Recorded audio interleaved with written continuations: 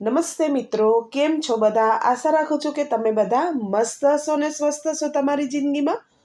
તો ચાલો એક નવી રેસીપી લઈને તમારી સમક્ષ આવી ગઈ છું. આજે આપણે બનાવીશું દાળ ઢોકળીની રેસીપી. ગુજરાતીના ઘરમાં બનતી જ હોય, નવી રેસીપી તો નથી પણ અલગ ટ્રીકથી બનાવી છે એટલે બહુ જ ટેસ્ટી બને છે. તો ચાલો મિત્રો બનાવવાની શરૂઆત કરીએ.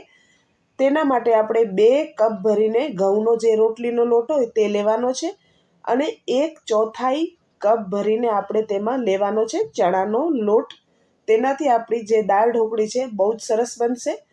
અડધી ચમચી આપણે હળદર પાવડર નાખીશું, 1 ચમચી ધાણા જીરું અને 1/4 ચમચી ભરીને આપણે હિંગ નાખવાની છે.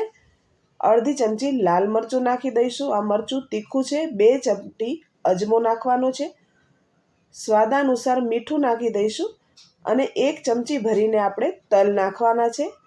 1 ટેબલ સ્પૂન તેલ નાખીશું અને બધી સામગ્રીને સરસ રીતે મિક્સ કરવાની છે. આ દાળ ઢોકળી છે તે 4 જણાને સર્વ થશે તેટલી છે.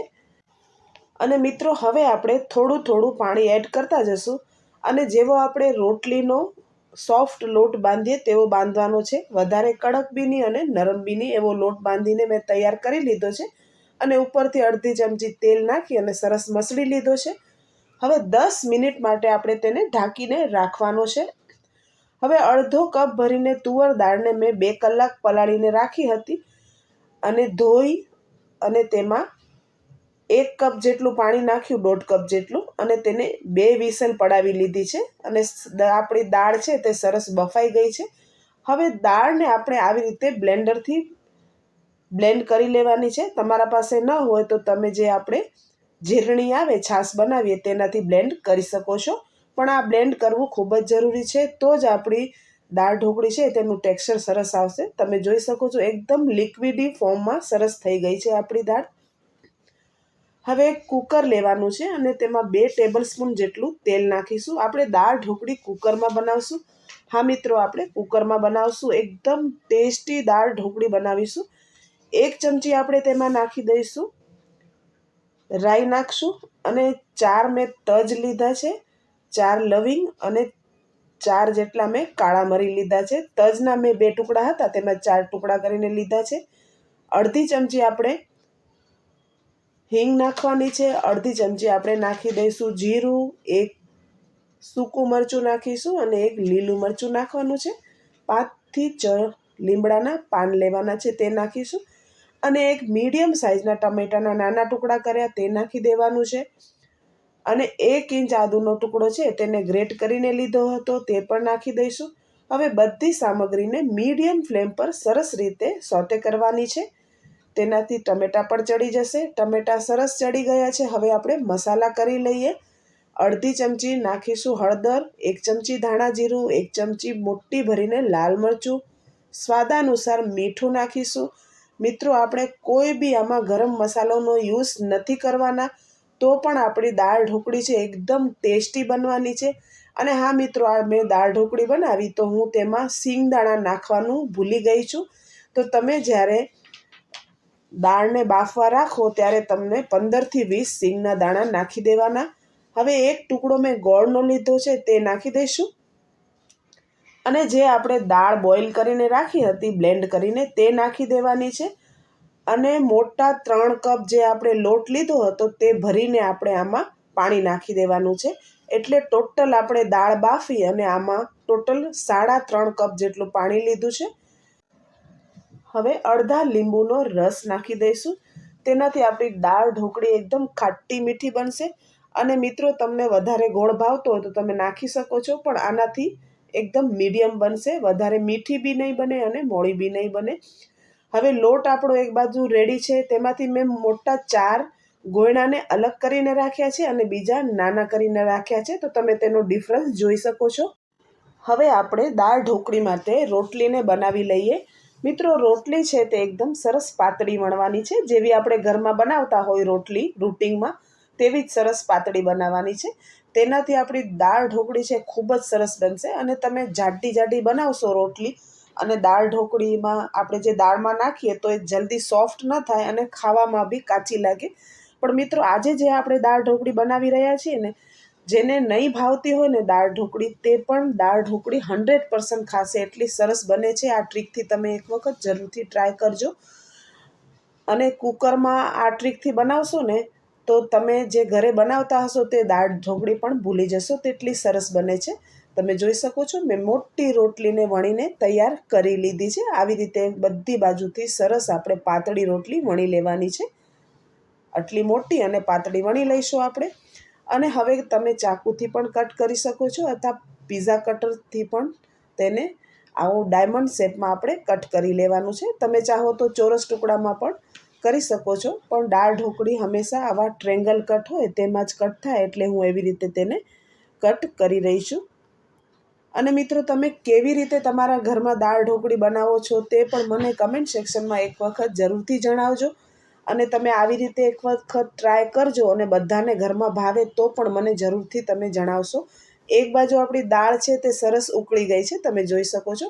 અને જ્યારે દાળ ઉકળે મિત્રો, ત્યારે જ આપણે આવી એક કરી અને આપણે દાળ ઢોકળી છે તે એડ કરતી જવાની છે. એકસાથે કોઈ દિવસ નથી ઉમેરવાની, તેનાથી તે એકબીજા સાથે ચીપકી જશે અને તે ખાવામાં બિલકુલ મજા નહીં આવે. જ્યારે આપણે ખાશું અને ચીપકેલી હશે તો તે કાચી લાગશે. એટલે તમે એકસાથે તો બિલકુલ નાખતા નહીં. એક રોટલી વણતી જવાની, નાખતી જવાની, અને આવી રીતે ચમચો ફરાવતો જવાનો. પછી બીજી રોટલી નાખવાની, ત્રીજી નાખવાની અને ચોથી નાખવાની. આવી રીતે ચારે એક વખત જ્યારે નાખતા જઈ અને હલાવતું જવાનું. આવી રીતે કરશો તો તમારી દાળ ઢોકળી ઠંડી થશે ને પછી પણ મિત્રો તે એકબીજામાં બિલકુલ ચોંટશે નહીં. તો તમે આ વાતનું જરૂરથી ધ્યાન રાખજો. તો તમારી દાળ ઢોકળી છે તે ક્યારે પણ ખરાબ નહીં થાય. અને વડીલોને તો બહુ જ ભાવશે, બાળકોને પણ બહુ જ ભાવશે, તેટલી સરસ બને છે. હવે બધી દાળ ઢોકળી નખાઈ જાય આપણી, એટલે આપણે 2 મિનિટ ગેસની ફ્લેમ લો કરી અને આવી રીતે ઢાંકણ ઢાંકીને તેને થવા દેવાનું છે. 1.5 થી 2 મિનિટ, ખાલી વધારે નહીં. અને તમે જોઈ શકો છો, બધી દાળ ઢોકળી તરીને ઉપર આવી ગઈ છે, પણ આપણી દાળ ઢોકળી હજી તૈયાર નથી ખાવા માટે. આ જુઓ, તમે જોઈ શકો છો, બધી ઉપર તરીને આવી ગઈ છે, પણ હજી તે કાચી છે. થોડા આપણે લીલા ધાણા નાખી દઈશું અને એક વખત તેને હલાવી અને ઢાંકીને થવા દઈશું. અને મિત્રો, મેં પહેલાં કહ્યું એમ શીંગના દાણા તમે જરૂરથી ઉમેરતા. મેં પલાળીને રાખ્યા હતા, પણ હું નાખવાનું ભૂલી ગઈ. એટલે હું તમને કહું છું કે તમે જરૂરથી આમાં શીંગના દાણા 25 થી 30 શીંગના દાણા ઉમેરજો, તો દાળ ઢોકળી ખૂબ જ સરસ લાગે છે ખાવામાં. હવે આપણે આને મીડિયમ ફ્લેમ પર એક વિસલ થવા દેવાની છે. ત્યાં સુધી મિત્રો, આપણે દાળ ઢોકળી સાથે ખાવા માટે જે આપણો લોટ હતો, જે આપણે બચાવીને રાખ્યો હતો, તેમાંથી આપણે થેપલા વણી લેવાના છે. હા મિત્રો, તમે દાળ ઢોકળી સાથે ક્યારે પણ થેપલા ન બનાવ્યા હોય આવી રીતે, તો તમે એક વખત જરૂરથી ટ્રાય કરજો. ઘરમાં આ કોમ્બો છે તે બધાને ખૂબ જ ભાવશે. આપણે અલગ લોટ બાંધવાની જરૂર નથી, મેથી લસણ નાખવાની જરૂર નથી.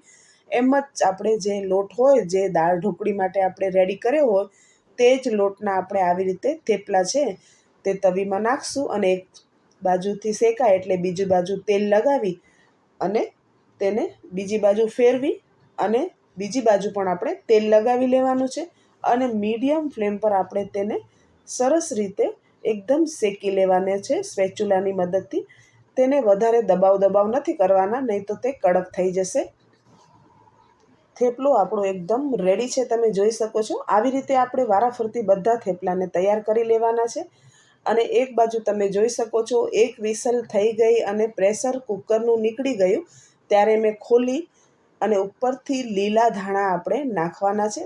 અને મિત્રો, તમે જોઈ શકો છો, આપણી દાળ ઢોકળી કેટલી સરસ બનીને તૈયાર થઈ ગઈ છે. અને એટલી ખાવામાં સરસ બને છે, હું વારે ઘડીએ તે વાતને રિપીટ કરું છું કે એટલી સોફ્ટ બને છે, તમે મોઢામાં નાખશો તો ઓગળી જશે. અને મિત્રો, હું ચમચામાં લેતી હતી તો પણ આવતી નહોતી, એટલી સોફ્ટ બને છે ખાવામાં. અને તમે જોતાં જ તમને લાગતું હશે કે કેટલી સરસ, જેટલી સરસ દેખાય છે ને એટલી ટેસ્ટી બની છે ખાવામાં. અને આપણે તેને સર્વ કરી લઈએ. એક બાજુ દાળ ઢોકળી મૂકીએ અને જે આપણે થેપલા રેડી કર્યા હતા તે થેપલા મૂકી દઈશું.